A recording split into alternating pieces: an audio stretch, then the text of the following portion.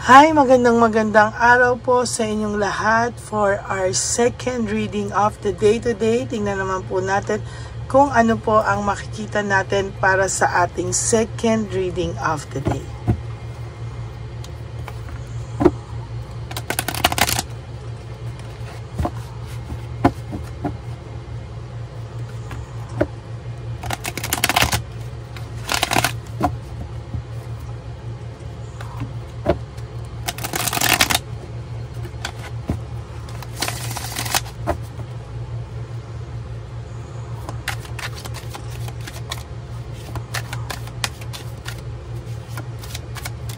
Lalasahin lang po natin mabuti ito.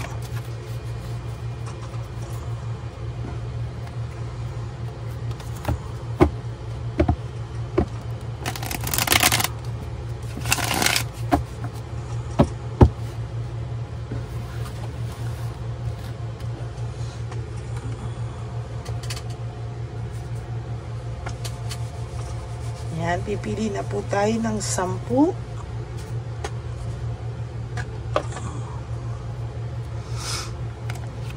1, 2, 3,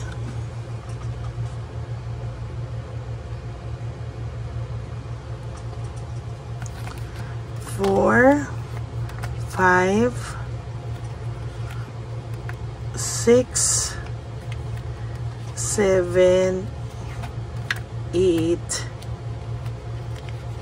9, and 10.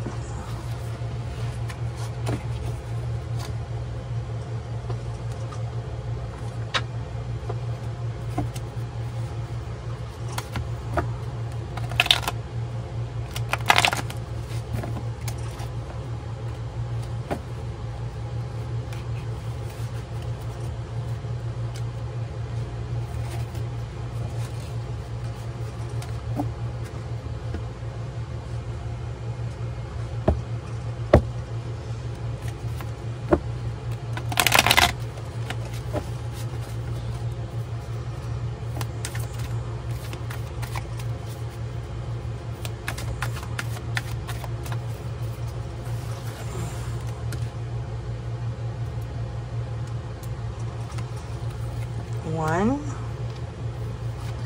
2, 3, 4, 5, 6, 7, 8, 9, and 10.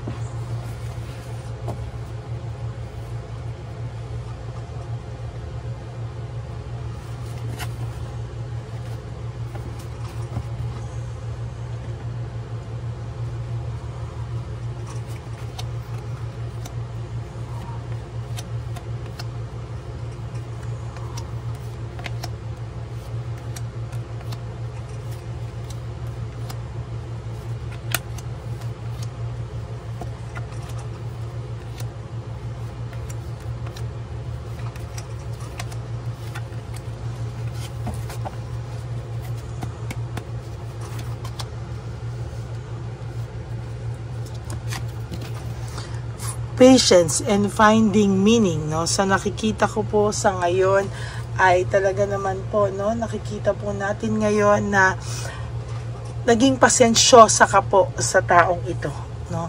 Sobra po yung pasensya, pagmamahal na binigay mo sa kanya, pero nakuha niya pa rin po ikaw ipagpalit sa iba, no?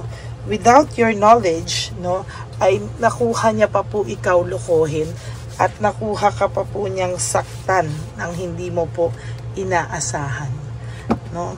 Ngayon po ay nagkaroon siya ng resentment, pero natatakot naman po siya sa rejection, ano? Parang palagi na lang siyang takot sa mga bagay-bagay, at talagang sa nakikita ko sa kanya ay nakaramdam po siya at nakaranas po siya ng karma o kinakarma po siya sa taong ipinalit niya sa'yo, no? So yung taong pinalit niya po sa'yo somehow ay nag-create po ng hindi magandang karma sa kanya o na-karma siya sa taong ipinalit niya sa'yo. Kaya ngayon, na-realize niya po yung worth mo, no? Pero hindi pa rin po siya gumagawa ng aksyon, ano?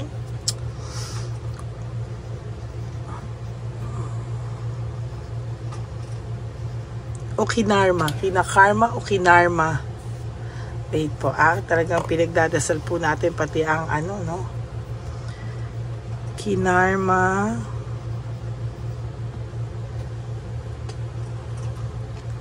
siya sa taong pinili niya over you. Isang malaking pagkakamali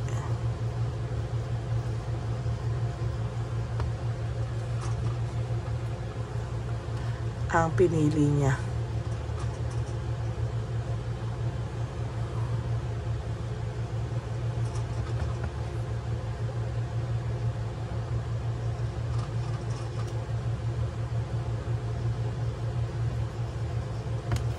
Yan, no? Yan po, no? Kinarma siya sa taong pinili niya over you at isang malaking pagkakamali yung pagpili niya sa taong ito. No? Yung pagpili niya sa taong yan over you ay isang pinakamalas na nangyari po sa buhay niya. No? Hindi niya po akalain, no? Naging greedy siya. No? Naging greedy siya at totally, no? Nabwisit po talaga ikaw sa mga naging actions nito. Nasaktan ka po, more than nabwisit, nasaktan ka po talaga. Pero ngayon po parang ayaw ka naman po niyang i-let go. Gusto niya kahit ganon, pag binalikan ka niya, nandiyan ka pa rin po, no? Ito po yung sinasabi ko sa iyo, no? Ina-avoid niya lang yung mga conflicts nila. Ayan, no? Panay conflict kasi sila ng iyong karibal o naging karibal. Naging panay conflict po yung samahan nila. At ngayon po, na-realize niya po na sa inyo ay panay pag-aalaga ang ginawa mo sa kanya, no? Totally hindi niya po alam kung ano po ang ginawa niya. Ayan, no? Ngayon, napakasaklap sa kanya ng nangyari, no? Talagang hindi niya akalain. Lalapit at lalapit talaga pa din sa ito. Hindi pa kayo talaga tapos. Impulsiveness, no? Nung pinili niya po kasi yung third party, nung pinili ka po niyang saktan, nung pinili ka po niyang lokohin, totally, no? Ay sa nakikita ko po sa kanya ay pinagsisisihan niya na po ngayon, no? Nung araw po na pinili niya yan, masaya siya. Hala, sige, kahit ano gusto niyang gawin, ginagawa niya. Pero ngayon po, no, nagkamali po siya at ngayon niya po inaamin na isa siyang malaking failure. Nag-fail siya sa lahat ng mga akala niya at sa totoo lang po, hindi niya po inakala na siya po ang matatalo dito, no? Lahat po ng pinakita niyang saya-sayo noon sa mga taong pinili niya, it's just a false success. Hindi po totoong naging masaya siya. At tatapatin po kita, no? Naging mailap po sa kanya ang tadhana after niyang gawin sa'yo. See? Impulsiveness, no? Talagang pag Friday po ay parehong-pareho ang mga nakukuha natin, ano? Na cards, no? Nakita niyo naman po, binalasan natin yan. Impulsiveness, no? Talagang makikita natin na hindi naman niya kasi pinag-isipan na nag-create ng broken relationship sa inyo. Siya po ang may reason bakit nasira lahat ng pangarap nyo, plano nyo, at nasira po ang pagsasama nyo, no? Pero ikaw pa rin po ang sinasabi niyang may attitude, may ugali, kaya daw kayo nasira. O, diba? Ang kapal po. Naging masyado ka po nga mapagbigay sa kanya, oh. Sharing, generosity, charity, talagang lahat, no, ay talagang binigay mo sa kanya at wala kang tinira sa sarili mo, no? Talagang ngayon nakakaramdam siya ng emptiness, and emotional loss, no?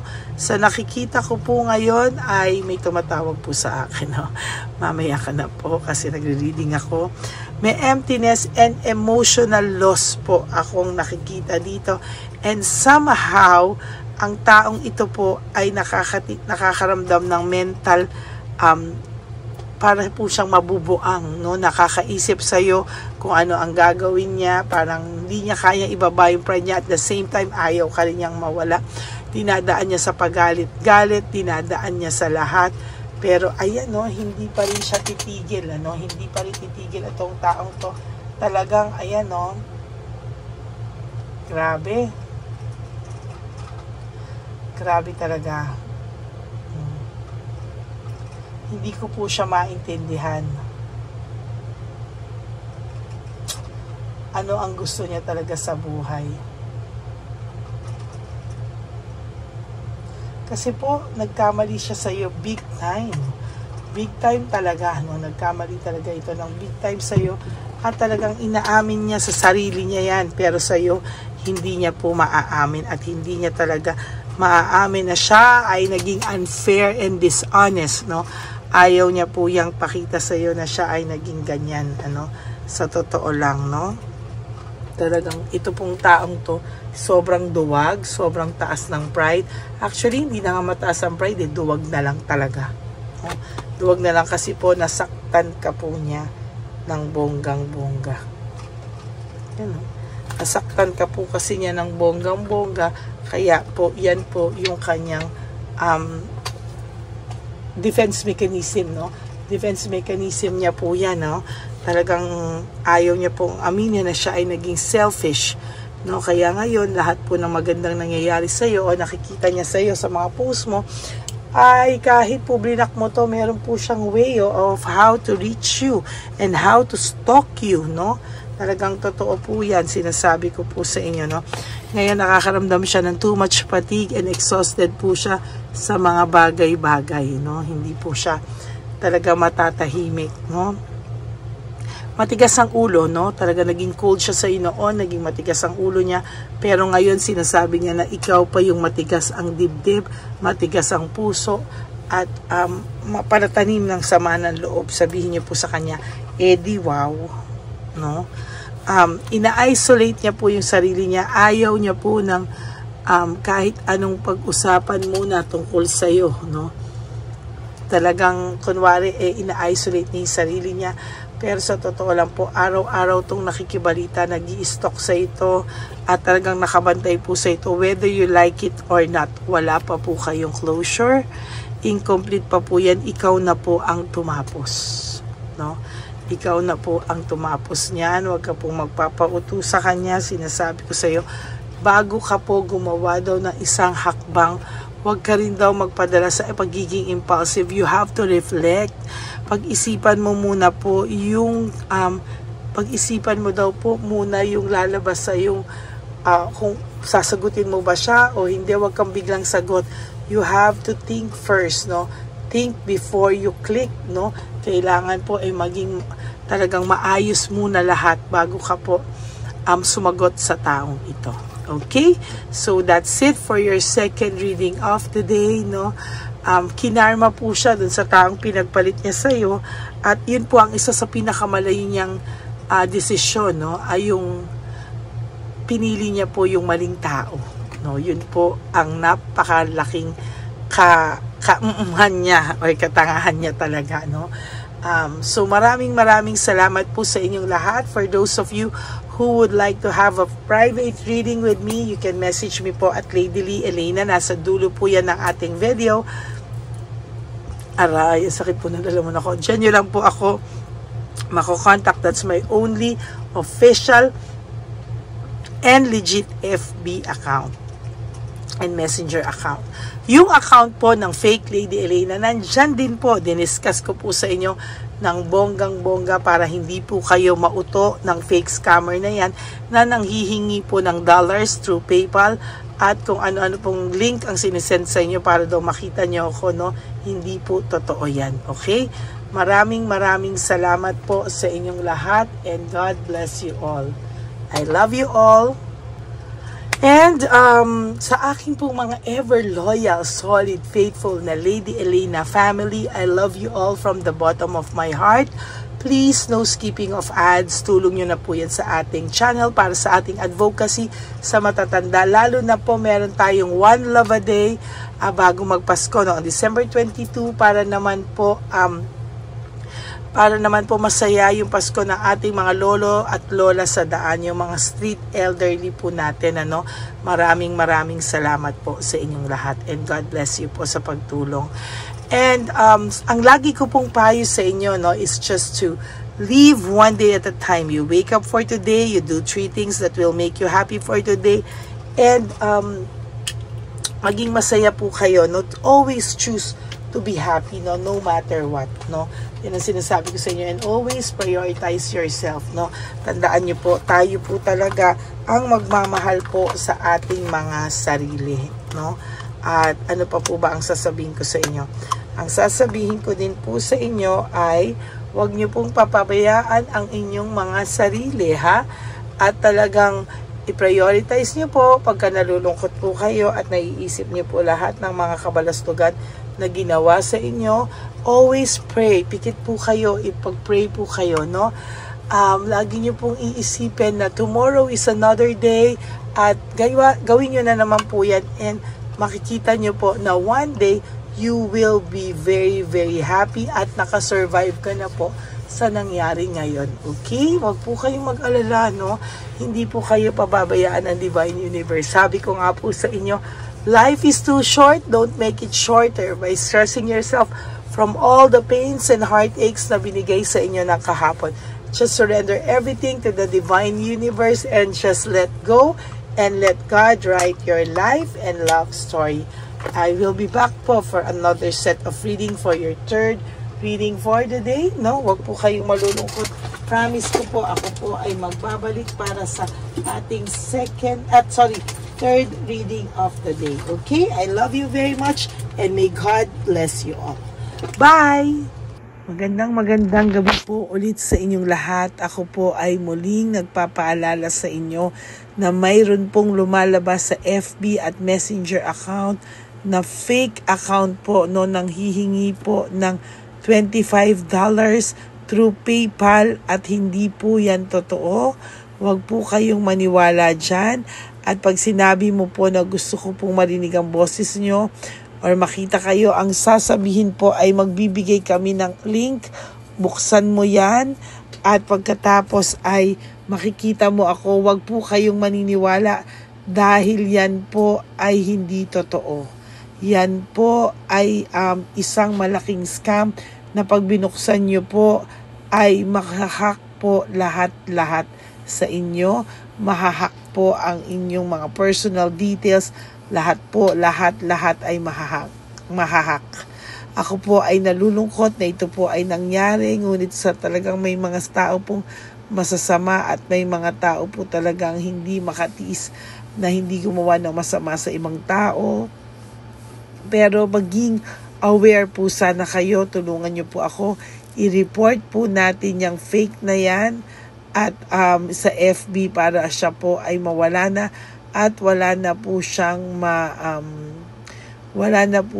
mabiktima pa. Nandyan po lahat ng details at maraming salamat po sa inyong lahat. Maraming salamat po sa inyong lahat at mag-iingat po kayo.